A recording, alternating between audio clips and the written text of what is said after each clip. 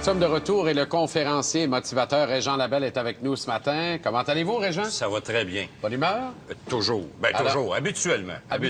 Ouais, surtout quand vous venez sur un plateau de télé. Oui, ça paraît très mal, les motivateurs également. Là, on essaie d'être non-verbalement ouvert, parce que c'est ça qu'on analyse, le langage non-verbal ce matin. Alors, on est bien content de vous recevoir. Hein? Bien, je te remercie beaucoup, t'es bien gentil. C'est fantastique. On est tellement heureux. Alors, ça va bien comme ça? C'est beau.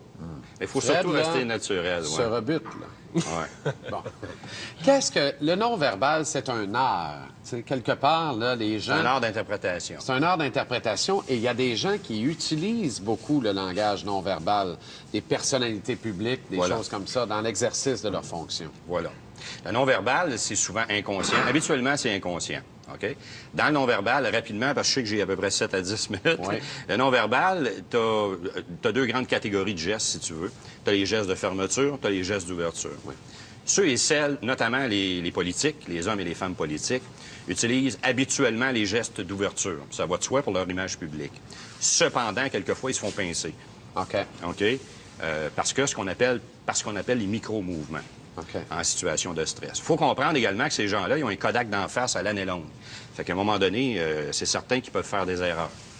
Alors, il y a deux grandes catégories de gestes, si tu veux, je sais simplifier, là, mais le non-verbal, les gestes de fermeture et les gestes d'ouverture. OK. On a quelques photographies. Alors, une première maintenant qui nous montre une grande ouverture. Voilà. Alors là, on a... c'est Susan Boyle, évidemment. Oui, on a Susan Boyle à British Got Talent. Et on a Simon, qui est un des juges qui est réputé être mauvais, un méchant garnement. Et je me rappelle pas du nom de l'animatrice. Je pense pas qu'elle va m'en vouloir pour ça. Et quand Susan Boyle s'est présentée sur le plateau, je sais pas si les téléspectateurs ont vu l'extrait. Ils l'ont appelé le vilain petit canard. C'est pas bien gentil, mais bon. Et elle s'est présentée, et dès qu'elle a commencé à chanter, le non-verbal a complètement changé des juges, parce qu'il était fermé. C'était même, il y avait même de l'ironie dans leur non-verbal. Et à partir du moment où elle a commencé à chanter, leur non-verbal, alors il y avait des gestes de fermeture au début, et là, il y a eu des gestes d'ouverture. Si on regarde Simon, avec les mains comme ça, ici, ce qu'on appelle les mains en plateau, comme ça, il y a deux raisons pourquoi tu as les mains en plateau. Soit parce que la personne en avant de toi ou la situation en avant de toi te fait rêver, ou parce qu'elle est tellement ennuyante que tu es parti dans tes pensées. Mais là, c'est pas le cas. Parce que sans ça, le regard serait dans le vague. Et là, le regard est concentré. Donc, il est vraiment obnubilé par Susan Boyle. Si on regarde l'autre juge, dont je ne me souviens pas le nom... Caroline Néron. Non. Ben, poursuivons. La sœur jumelle à Caroline Néron. Oui. Elle a les deux bras au-dessus de la tête comme ça. Regardez ses yeux. Les yeux sont grands ouverts. La bouche, il y a un sourire, est ouverte. Et elle expose vraiment sa poitrine, comme ça. Donc, elle est vraiment ouverte et il y a vraiment une expression de surprise. Donc, elle est complètement obnubilée également par Susan Boyle. On est pratiquement à l'extrême de l'ouverture. Oui, exactement. C'est ça. Ils sont béats. Oui, complètement. Et avec raison. Avec raison. Exemple de fermeture maintenant, je pense. OK. Ça, encore une fois, je ne sais pas si tout le monde est au courant, c'est l'histoire de Balloon Boy. C'est arrivé en octobre 2009 dans le Colorado.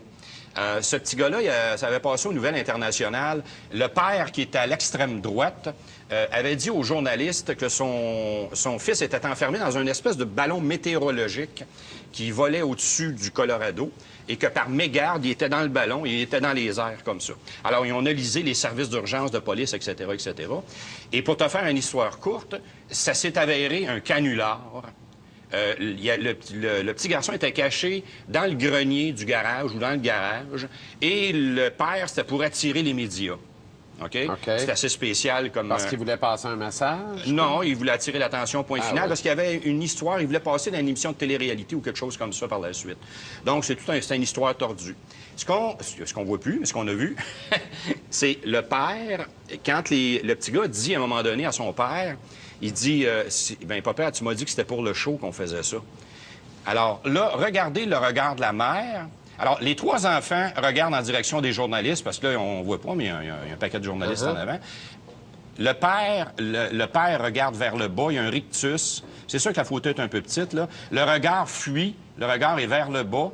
En bas, à sa gauche, à lui, donc il est en mode kinesthésique, en mode émotion. Il est après se dire, maudite affaire-là, je viens de me faire pincer.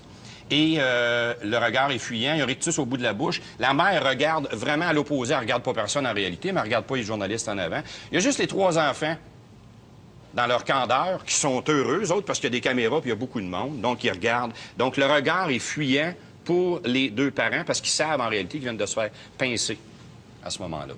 Régent, tu peux analyser notre ami Jean-Charles ici lors de son animation? Rapidement, je vois le petit sourcil qui lève. Écoute, c'est effrayant.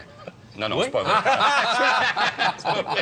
C'est pas vrai. Non, ça va très bien. Jean-Charles est dans les différents profils sociaux, parce que j'enseigne des profils sociaux aussi, Jean-Charles est ce qu'on appelle un carreau-cœur, je pense. Alors, c'est quelqu'un d'assez cartésien. Tu me corrigeras si je me trompe. Vas-y. OK, c'est quelqu'un de très cartésien, mais cœur veut dire également bienveillant. OK? Alors, je t'écoute avec différentes chroniques également. Et souvent, tu as souvent les mains dans les poches. Est-ce que je peux me lever? Oui. Oui. OK. Alors, tu as souvent les mains dans les poches comme ça oui. et t'attends. Ça, c'est une situation d'attente. OK? Il y a différentes raisons pour que quelqu'un met les mains dans les poches. Mais là, tu es en situation d'attente. Je t'ai vu également avec les chroniques, entre autres, plus tôt avec le maire Gendron, qui est très volubile. Et je te vois, tu es en situation d'attente comme ça. Et tu n'es pas quelqu'un qui s'obstine beaucoup non plus. Je pense, habituellement. Je te connais pas dans la vie privée, là, mais je te parle en nombre. Donc, tu es quelqu'un... Un carreau, c'est quelqu'un de cartésien. OK? Un calculateur cartésien. Habituellement, c'est des gens économes de gestes. OK? À l'opposé de moi qui est un trèfle très exubérant, blablabla, les carreaux sont assez économes de gestes et ne parlent pas pour rien dire. Et habituellement, ils se tournent la langue 7 fois avant de parler. Contrairement au trèfle, des fois, comme moi, qui parle 7 fois avant de... C'est de la musique à mes oreilles. T'as pas idée le bout de chemin que je vais faire avec ce que tu viens de dire là. OK, tu vas t'en servir dans l'émission. Hey, ça n'a aucun bon sens. Sinon, rapidement, il y a beaucoup de gens qui passent en mode séduction l'été. C'est quoi les bons gestes pour savoir si la personne qui est devant nous est intéressée ou non à ce que l'on est, à ce qu'on projette? C'est quoi les bons signes? Je pense que la meilleure chose, c'est de lui parler. De lui demander directement. J'ai toujours dit que, là, je vais sortir une grande phrase, ça va passer à l'histoire. La meilleure façon de communiquer, c'est de communiquer. C'est fort, hein? Non, en ce sens que la gestuelle, il faut faire attention parce que quand t'es pas si t'es un néophyte en gestuelle, tu peux peut-être te tromper. Tu peux peut-être poser des gestes, tu vas avoir une claque d'en face. C'est pour ça que je dis que l'ouverture, la personne qui va ouvrir son corps, la personne qui se referme ou qui recule parce qu'on a chacun une bulle, OK? Si tu t'approches de quelqu'un pour lui parler, puis que sensiblement il se recule ou qu'elle détourne le corps en angle comme ça, habituellement, c'est pas un bon signe. C'est parce que ça va trop vite, les affaires. OK? Ça n'est un geste... un geste que les femmes posent souvent en séduction. Elles vont se... oui, les cheveux, ça. Oui, mais pas pour ça que placer les cheveux. Vraiment, c'est voluptueux, tu sais. Pas lisser les cheveux, se caresser les cheveux. Comme ça. Je me demandais pourquoi elle faisait tout le temps ça. Lisa Foulois-Hébert fait souvent ça dans ses émissions. Ah oui? Ouais. Elle est donc en mode séduction. En mode séduction, mais c'est quelqu'un, c'est une madame qui est bien devant un Kodak, devant une caméra, elle est bien devant les gens, elle est à son aise, c'est dans son monde. Alors, et c'est une femme qui paraît bien, de toute façon. Alors, elle est vraiment à son aise. Et elle sait qu'elle plaît à la caméra également. OK. Réjeanlabelle.com, votre site web, Régent, pour avoir plus de détails. Et ce livre, Le non-verbal qui frappe... Comment se fait que j'ai de la misère à dire ça, le non-verbal? J'ai jamais vu ça. C'est parce que, même, j'ai eu un petit peu de difficulté au niveau de faire accepter le titre par l'éditeur, parce que la correctrice a dit, le non-verbal, ça ne parle pas. Et j'ai dit oui parce que je veux avoir une espèce de dichotomie, le non-verbal qui parle fort, parce que ça exprime des choses. Mais en français, le non-verbal ne peut pas parler, c'est non-verbal. Alors, le non-verbal qui parle fort et réjeanlabelle.com. Voilà. Pour plus de détails, conférencier motivateur, et bien voilà. Merci beaucoup. Merci beaucoup, vous êtes bien gentil. Ben, fun. Je vous donne pas la main parce que je les ai n'importe.